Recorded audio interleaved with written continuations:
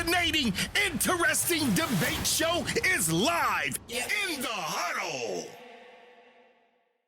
Yes, man, it's time to end off this show right now with our confidence level in the current 2-2 NFL teams right now. So, I mean, we're going to go high, medium, and low. It's just as simple and self-explanatory as it can be. High, medium, and low. How do we feel about these 2-2 teams left in the NFL? And Zach, I want us to start off with, I guess, the Bengals. Let's start off with the Bengals right now, and I'm going to kick it over to you. Or are we high, medium, or low on this team, and why? Yeah, so I'm medium on the Bengals. I think they are dependent on if Joe Burrow is playing great. I think that is my official view on the Cincinnati Bengals right now because this team is good. They are very talented, but they also have some flaws. They tried to fix their offensive line that really, I'm still shocked, didn't cost them last year. They played well in the Super Bowl too to get there, but not to get there, and they still won.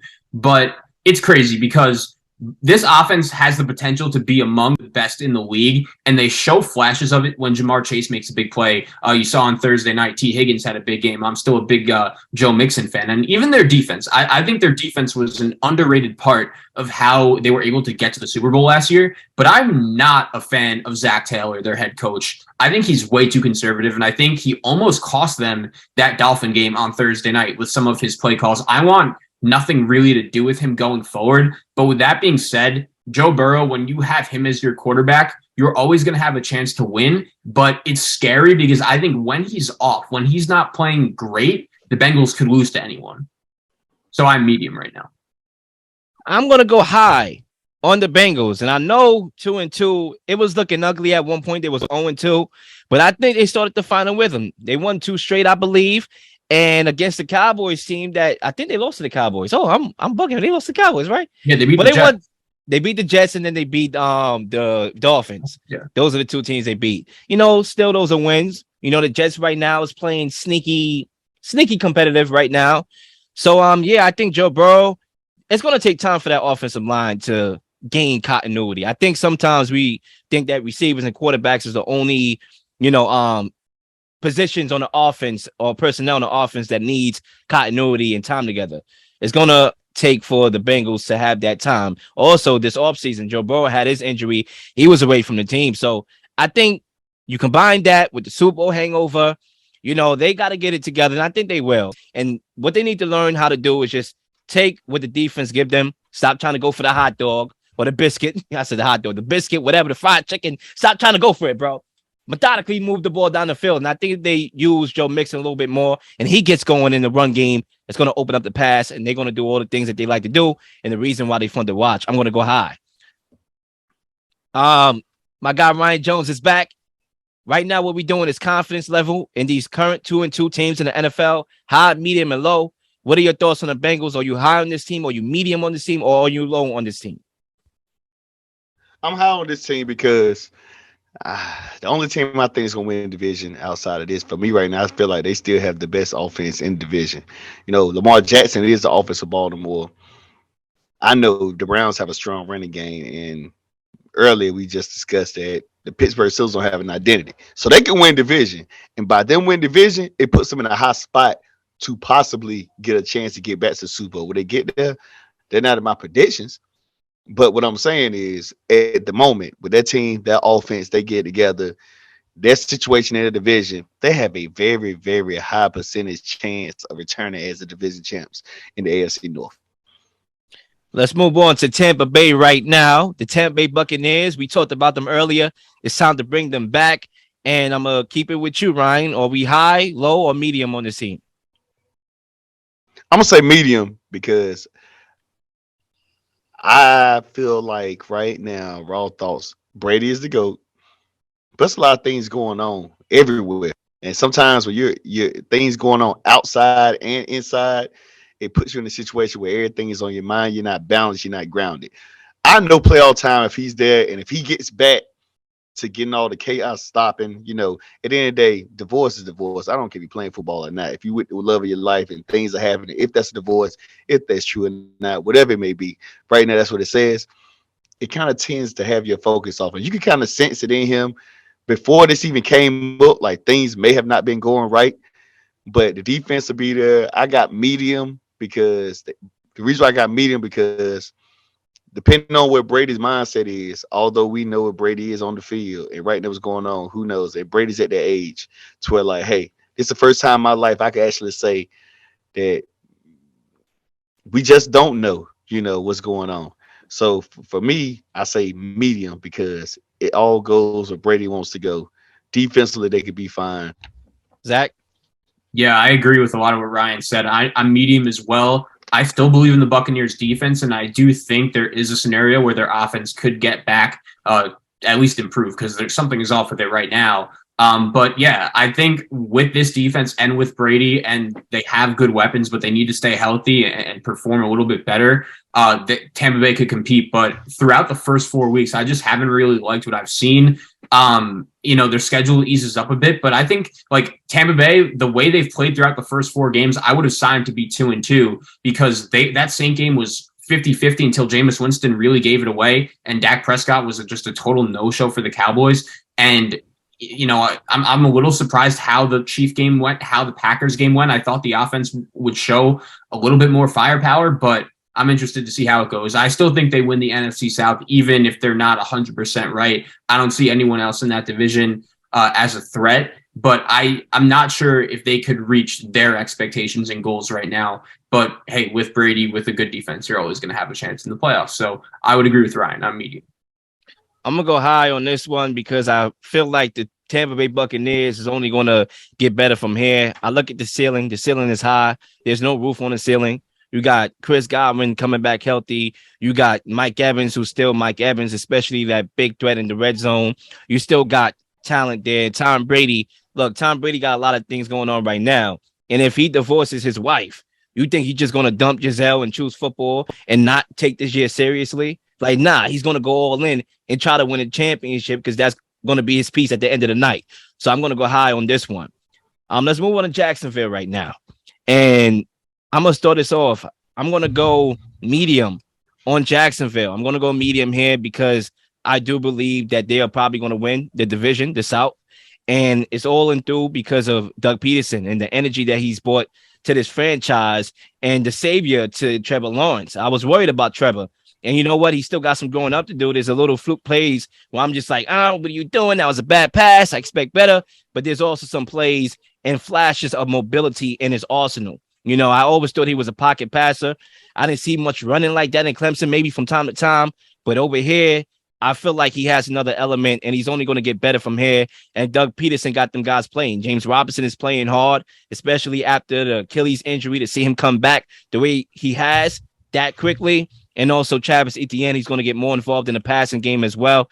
I like this team. I like their future. And maybe I'm buying more stock in the future than the current, but I also believe that the current is going to be a step towards the future. I'm going medium. Yeah, I'll hit on this next. I'm actually going to say low, just because I think the expectations have gotten a little bit out of hand. They remind me almost of an NBA team that you just like to watch every night on League Pass that has a ton of really good and exciting young players, and you have so much fun watching them and watching their highlights. But at the end of the day, you're not really sure how good they are. And there's a lot of talent on this team. I think Trevor Lawrence is going to be a really good player. But I think the winner of the AFC South is only going to win 8 or 7 games. And I think that just because you win the division, like, that doesn't necessarily mean you're a good team per se. And I think this team, if they do get to that, they'd be a little bit ahead of schedule. I think they're a year off, and I'm a big fan of Doug Peterson. I think Trevor Lawrence has looked much better, even though he looked terrible on Sunday, fumbling 4 times. I don't ever remember a quarterback fumbling 4 times in a game, and I know the weather wasn't great, but still, like, that's just not a very good performance. And they have some talent, but I don't know. I'm just a little bit lower compared to other people right now because I think they can win the division. But we're going to get into another 2-2 team in the AFC South that I have some thoughts on that I wanted to address. Ryan Jones. For me, I'm going medium, man, simply because, man, they got a good coach, man. He's won the Super Bowl. Doug Peterson has, like you said, is that they have a really, really good team and picks and players. And honestly, let's be real. We all probably predicted the AFC South would be either Tennessee Titans or the Colts. Nobody ever thought about Jacksonville Jaguars. I'm going medium now because the Jacksonville Jaguars actually have a possible chance to win this division, who we probably had third or fourth in division. Right now, the way they're playing, their style, the way the Colts are stinking it up, even though they beat the Kansas City Chiefs, we just can't even depend on them right now. I mean, I saw the other night with Tennessee Titans. To be honest, bold raw thought statement. I trust Trevor Lawrence in a tight game before I trust Matt Ryan and Ryan Tannehill right now at this moment, which is insane. And I'm saying that right now at this moment. I'm not talking about Matt Ice in Atlanta. Ryan Tannehill game is predicated upon the ability for King Henry to run the ball well, so it opens it up. But if you go into a game and say, Ryan Tannehill, I'm going to let you beat him with your arm, ain't nobody scared of Ryan Tannehill. I mean, Trevor Lawrence has been a national champion. Yeah, he's playing on we all know Jacksonville been rebuilding forever, but their team looks like they're in a groove. Like Doug Peterson got these guys with a little bit of confidence. So I'm going to go meet him simply because, man, even though I was wrong, and the way it looks, unless things changes and health hurts that team, the Jacksonville Jaguars might win this division. And me and Zach definitely was a little bit higher than most. And we didn't buy full stock, but we hinted at buying full stock. And I think that right now we are definitely in the middle right there. Zach, you mentioned another AFC team here. I want to go to the Ravens. Right? I want to go to the Ravens. Let's talk about these Ravens. Are you high, low, or medium on the Baltimore Ravens, a team that you picked to go to the Super Bowl? Yeah, not only go actually, but to win it. And Lamar Jackson did his part. Yeah. Look, I'm kind of in the minority here. I actually didn't mind Coach Harbaugh's decision to go for it on fourth down at all in that game. When you have Lamar Jackson, you trust him to make a play. I had no problem with him going for it whatsoever. The bigger issue is the fact that Baltimore blew another 17+ point lead at home to a good team. That's not ideal. And also they had first and goal from the 2-yard line. You have Lamar freaking Jackson score a touchdown. It's unacceptable that they didn't get in the end zone. And not only did they not get in the end zone, they threw an interception. Part of the reasoning why you go for it there, in my opinion, is because if you throw an incomplete pass, you're still forcing Josh Allen to go 99 yards. And the fact that, if they would have kicked, they would have been up by 3. I mean, they did that in the Miami game. They kicked the field goal to go up 3, but the Dolphins scored a touchdown because their offense is really good and they took advantage of it. I know Josh Allen wasn't great throughout the game, but when I'm facing Josh Allen and that Bills offense, like, I want to score a touchdown and force them to score a touchdown. And I know there's some people that say if you kick a field goal, you force the Bills down 3, and sometimes the team will play for the field goal. No, Josh Allen is one of the best quarterbacks in this league. He might have scored a touchdown there. And I know the Ravens defense has been really bad and it's been really disappointing. I just don't see a way that continues. I'm not saying they're the best defense in the league, but I still believe in this team. And speaking of Sunday Night Football this week, Bengals at Ravens. That's going to be a big game. Whoever wins that game is going to really feel good about themselves and their chances of winning the division. And I'm saying it right now, guys, I just don't see the Ravens losing 3 straight home games to start the season, especially with the way Lamar Jackson has been playing. I believe in this team. I believe in the Jackson to Andrews combination. I believe in Coach Harbaugh that he'll have his team ready for big games. I trust him way more than I trust Zach Taylor. I still think the Ravens are winning the AFC North. I'm still high on these guys. I'm going to go low and medium for me. Low and medium on these Ravens. And look, there's no team other than my Bucks and other than the Chargers that I would rather see host a Lombardi than the Ravens because I'm a Lamar Jackson fan. But at the same time, I'm objective to the team in general. The defense stinks. Okay, my guy Tua Tagovailoa had a coming out party. The guy felt like he was in Alabama being coached by Nick Saban in that game in the fourth quarter, the way how they had a perfect fourth quarter, the way how they had it. Mac Jones and that outdated Patriots offense carved them up. And if they didn't give that game away, they would have lost that game as well. So right now, I'm not liking what I see from the Ravens. The Bills called them up in the rain. These cats don't even run the football. They called them up in the rain. And I know they're a passing team, but in the rain, my guy, like, nah, like, what happened? So the defense is suspect. And right now, what I'm seeing from Harbaugh, although I don't disagree with your take on the call to go for it, at the same time, what that shows me on the other side is that he's not confident in his defense. And his defense at some point is going to have to bail him out. They're going to have to make a play. Like, you cannot sugarcoat that and hide that. Brandon Staley learned that last year when he was going for these analytics crazy. And they should have learned that last year when they failed. So I don't disagree with it, but at some point, you're going to have to trust your defense, and that comes by them making a play. And if they can't make the play, then I don't know what else to say. I got low and medium for this Ravens team. Brian. I got low, but I'm going to tell you this, raw thoughts. And it was a little bit higher earlier this year, but I'm going to say low, and I'm going to say it right now. Lamar Jackson about to get a check, but it ain't from Baltimore Ravens because ain't no way he's going to be stuck there. He's about to go. And it's just raw thoughts. He is doing everything you say is that literally carrying this team. No way they're going to keep him there. That defense is out there playing rec football. Like, they just learned how to play defense. That defense is horrible. Ain't no way they're going to beat Cincinnati. They will lose 3 games this week. Lamar Jackson going to put up phenomenal numbers all year. All we're going to talk about is, oh my God, Lamar Jackson is breaking numbers, but he's losing.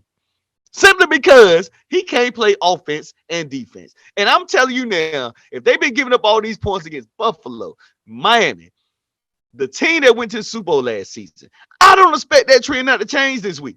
I expect them guys to get 40 put up on them this week, even though Lamar Jackson may get all his stats and numbers, record-breaking numbers, they still will find a way to lose. Guess what happens? When Lamar Jackson's not on the field and Burrow and those boys are on the field against that defense, right now as we speak, you might as well, who you betting on? The Ravens defense or the Cincinnati's offense?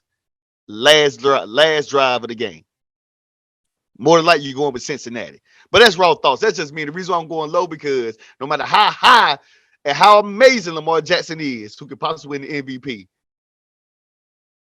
they're still going to be low because they're still not going to be able to beat nobody because that defense is terrible. Harbaugh, I ain't going to say he's losing the locker room, but I'm on the level. He might divide them. Look at Marcus Peters. Look, I'm high on Lamar Jackson. I'm low on the Ravens, if that makes sense. Right. Like, that's how I feel. That's what I'm saying. Let's move on quickly here. I'm going to stay in that division. The Cleveland Browns is in that division. Let's talk about these Cleveland Browns. Are we high, low, or medium? And I'm going to start off here with the Cleveland Browns.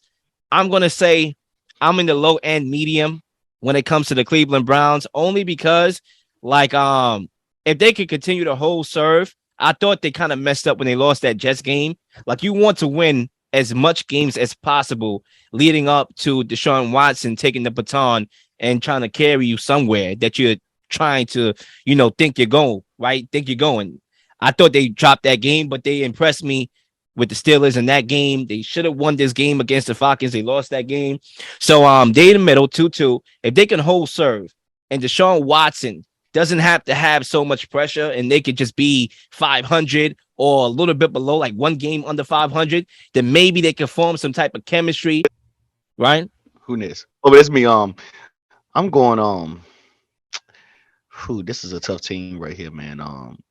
They can run the ball. Defensively, they could be a little bit better. They actually are good because I'm not going to take them away from their defense, from their defense. But for me, Cincinnati is going to run this show until I don't know how long they could be consistent and they're dropping games without Deshaun Watson. So I'm gonna go low. I'm gonna go closer to low because I don't know if they're gonna be even in the running if they don't win these games right now without Deshaun Watson. So for me right now, it's not as flashy and exciting about the Browns right now. It's a boring watch, raw thoughts, but it is what it is. They're 2-2, and that's what it is. So, but for me, question though, real quick question. When you talk about the Ravens and you being low on the Ravens, and then the Steelers, we talked about the Steelers and how bad they are. The Bengals are still in this category of 2-2. Do you think there's a scenario like last year with this division, the same division was so wide open that a team was just able to come through out of it, which was the Bengals, and make a Super Bowl? Could you see a scenario where this division is so wide open that all the Browns have to do is hold serve and they can hold serve? I think they can hold serve. The only thing that I look at from this division is when I look at these teams, I'm looking at the teams, like you said, Pittsburgh, no identity. Lamar Jackson is the and only reason why they got a good offense. Quarterback play in Cleveland, even though they're running. I'm looking at this team, man, in Cincinnati. Even if they are 2-2 right now, they can always pick it up. They really have, for me in this division, probably the best offense out of everything else. Not just because of quarterback, but they have receivers, they have running backs, they have what they need. And I just feel like with no matter when everything gets rough, this offense will find a way to put some points up eventually. Even if they have a bad game, they're going to find a way to be more consistent than the other team's offenses. Zach? Yeah, I'll say this. I'm actually high on Cleveland right now, and I've been really impressed with what Jacoby Brissett. Yeah, I know. What Jacoby Brissett has done throughout the season. Like I was not a Jacoby Brissett fan going into this season, and it's funny because I said it, like every place he started got better as soon as he left, but he's been really good in Cleveland. And Will, I know you said he didn't get much action in the preseason, but he was the Browns' first-string quarterback throughout OTAs and throughout training camp. And so he's looked very comfortable to me in this offense. And it's crazy because you mentioned the Jet game. That's one. And then on Sunday, they lose to the Falcons, but they were driving the ball down the field with ease. They just couldn't score in the red zone. They went for it on a big fourth down and got stopped, and their defense is not ideal. Like, that's my one concern with this team. And I'm just saying it right now, guys. I'm calling it. Like, Jacoby Brissett has been really impressive to me. I think he's going to have the Browns in a position to make the playoffs when they hand things over to Deshaun Watson, but that's when things start get a little shaky. I don't know what Deshaun Watson is going to look like, and I don't know if he's going to be as effective as Jacoby Brissett right away, because Brissett, he was comfortable in this offense. He was the first-string quarterback in OTAs and in training camp, and he's doing a great job throughout the first few weeks of the season, and I'm saying it right now, guys. The Browns host the Chargers this Sunday. I think Nick Chubb might run for about 200 yards, and I think the Browns win that game at home. Let's move on to the next team right here. Let's go to Atlanta. Speaking of Atlanta, let's start off in Atlanta. Zach, if you could kick us off. Yeah, so I think, guys, I was the only person in America to pick this Atlanta Falcon team to make the playoffs before the season started. And honestly, they're just about everything I expected going into the season, except that Kyle Pitts has to wake up, and that's a story for another day. But still, they're 2-2, and they easily could be 3-1. They had, or 4-0. They had the Saints week 1, and their defense collapsed. That's not the most surprising thing in the world. Their defense isn't the strength of this team. But I'm a huge fan of Arthur Smith, their head coach. When he was the Titans offensive coordinator, he did a great job working with Ryan Tannehill, turning his career around when no one thought at that point he could be a starting quarterback. And last year, the Falcons had no business winning 7 games. I thought last year they were one of the 5 worst rosters in the NFL, but somehow this guy turns Cordero Patterson, a guy that has played wide receiver and kick returner throughout his whole career. They turn him into a running back. And when it comes to their pass catchers, they're just drafting these huge targets. Kyle Pitts, Drake London, they trade for Bryan Edwards. And I know they drafted Desmond Ridder, but if I was a Bryce Young or CJ Stroud, like, this would be the place I would want to go to. And it's going to be interesting to see, like, if Mariota could keep them in contention. And they have some good weapons. I'm high on this Falcon team. I am. I'm going to go ahead and say low. I'm going to say low because this year, I just don't think it's going to be their year. You know, I still think Tampa Bay owns this division. And although they're showing me life and they're showing me fight, you know, that's a step. But the Lions already showed that to me last year. They realized that's not a one-year process. I mean, the Lions didn't win a game until week 9 last year. This team already has 2 wins, and they should have 3. They should have, and that's the thing. That's how you know they're not ready yet. When they should be 4-0, but they're 2-2.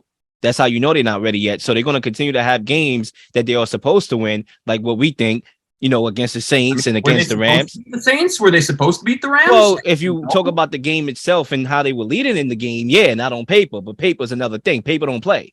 It's the plays that play. You know what I'm saying? Like, paper talk. You know what I'm saying? So, they almost came back. And they almost came back. And that's because the players almost came back. So, you know, I think this team got some growing up to do. I like Arthur Smith. I always thought he was the right coach. He's showing me that. I don't know if Marcus Mariota is the right quarterback, but we have yet to see. So much football to be played. Right now, I'm just going to go low. Raw thoughts, I'm going low too. They're getting ready for the 2023 draft. They just said raw thoughts. They're playing good right now, but I'm looking at, okay, 4 games, still the beginning of the season, still early. Or the Atlanta Falcons are going to be playing like this the entire season. I don't think the division is super, super weak. I really still think Saints will still get together, be second in the division. I still think, even with Tom Brady's situation, they still going to win the division.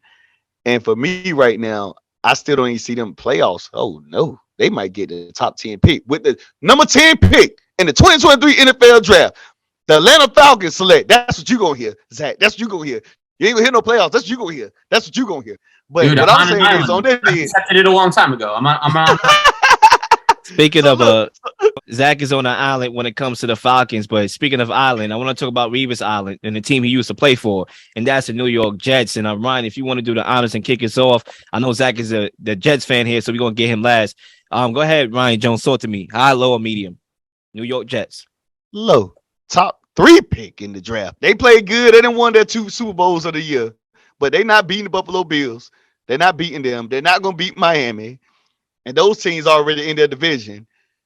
They might not even beat the Patriots right now. I mean, they didn't looked up and struck up a few times, and I got you. You know, they say a clock is right twice a day, right? That's all. That's all. I mean, at the end of the day, the Jets are the Jets. They always gonna find a way to win a few games, do enough. They rebuild every single year. I don't see nothing different. This is the same Jets. I mean, last time they was really, really good, honestly, is when Rex Ryan was there with the butt play. That was it. And the butt play was even a mistake. So with that being said, raw thoughts, low as low can be. They may keep that team. This is one of them teams that may be just not good, but they ain't gonna be doing no firing like that because every year they bring in a new person. Like, honestly, raw thoughts. I don't even think people want to. New York is a big market when it comes to endorsements, stuff like that. But if you ain't winning, you know how it is with the Giants. Like, I don't even know if players even want to go to New York. That's just raw thoughts. I would say this. I want to go low, and I'm going to be on the higher side of the low, like close to the medium, but I'm going to go low because I don't think it's going to be their year. Like, I think the Jets may have something brewing, for the next couple of years to build on. When you look at this game against the Steelers, the 2 interceptions from Zach, I don't like, but I do like the 10-play, 65-yard game-winning drive. So when I look at the stats and I look at the paper, I see things that I don't like, and I see things that I definitely do like. So Wilson could continue to develop as a quarterback. And like I said, don't play hero ball, but manage the game. And I like the trickeration, the touchdown pass that he caught. I think they may have something, that they could build off of. I love they draft in the offseason. The draft is only going to get better with more experience and more playing time. So I'm going to go low for now, but watch out for these Jets in the future. Yeah, I'll say medium, and I'm not going to lie, guys. When the Jets' schedule first came out, keep in mind, this is a team that before this season, the last time the Jets won a September game was Sam Darnold's first start. You remember that Monday night game against the Lions when his first pass, he threw a pick 6? Yeah, before this year, that was the last time the Jets won a game in the month of September. And when I saw the schedule, we play, weirdly enough, the 4 teams in the AFC North, which I think might be the best division in football. We start off Baltimore, at Cleveland, Bengals at home, at the Steelers. I thought there was a good chance, especially without Zach Wilson for the first 3 games, that we were going to start 0-4. And look, I have my doubts about Robert Saleh as a head coach. He's very unproven. I think he's too soft. He's not very good in game. I don't think he's a very good head coach. But when you watch Zach Wilson play, I'm about to say maybe not good head coach, but whoa, player. He was the defensive coordinator for the 49ers before DeMarco got that. Yeah. He did. We got a Super Bowl. Go ahead. The Niners defense looks better now with DeMeco than with Saleh, but he's won. His record is like 6-13 as a head coach. He hasn't proven anything. And when you watch Zach Wilson, I know he has his flaws. The interceptions weren't good, but you say to yourself, oh, if this kid was drafted into a better situation, you think it could work if he had the right coach, if he has good weapons around him, but because he's a member of the New York Jets who haven't won anything lately, at best you think it's 50-50. And this team, unlike a lot of other Jet teams, they have some talent. They have 2 young running backs in Breece Hall and Michael Carter that are really good. Garrett Wilson coming on as a wide receiver. Corey Davis has been making plays. Elijah Moore hasn't even got going yet. The offensive line is not very good. They relied on Mekhi Becton, which was a bad decision, but somehow in the 4th quarter on Sunday, they put it together, and Zach Wilson for the game was only sacked once. Also, the defense has some names. Quinnen Williams played really well on Sunday. Carl Lawson is making some noise. He had a bad penalty, but he's coming back from the Achilles injury. I expect him to get going a little bit better. And Joe Douglas spent a lot of money on this team. I think the talent level is better than years past. And on Sunday, I'm not going to lie, guys, it's one of the bigger Jet games I remember.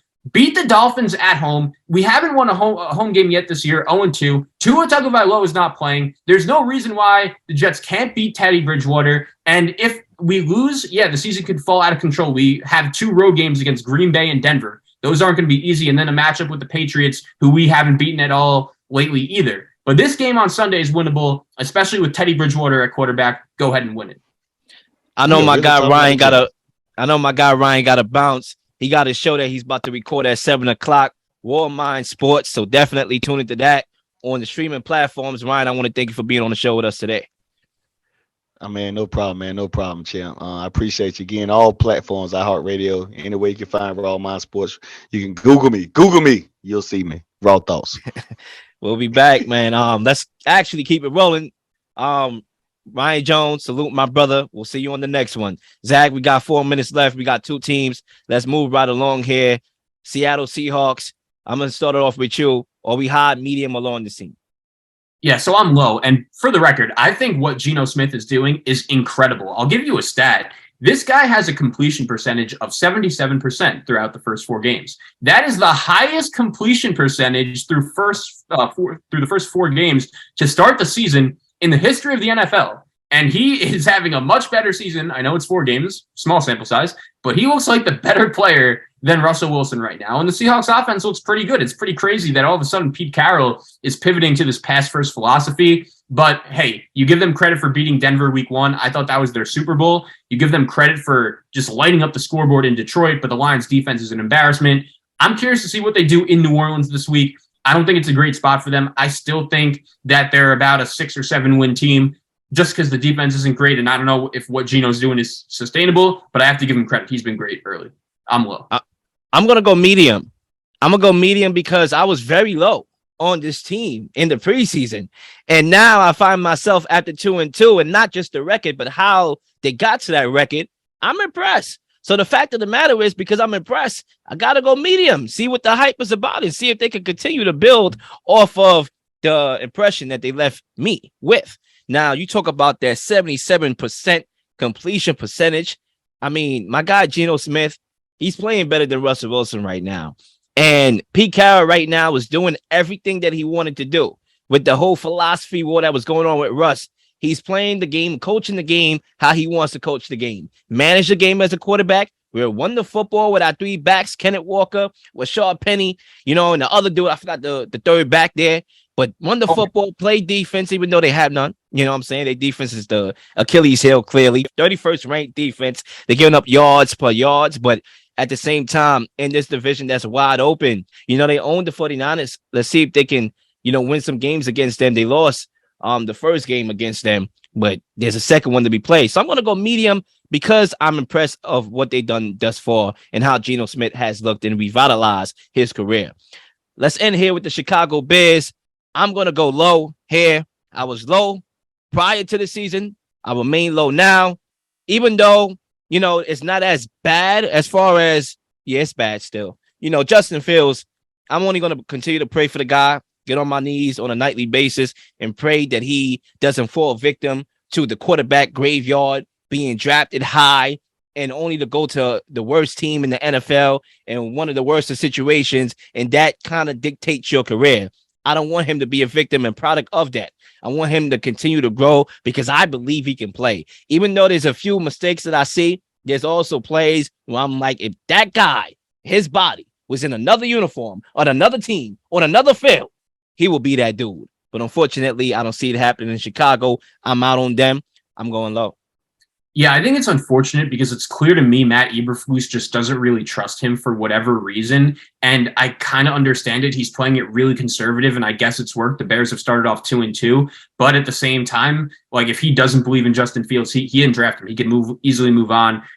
He doesn't trust him for whatever reason. Maybe he just doesn't think he's it. I don't know. But maybe it's as soon as next year. We'll see.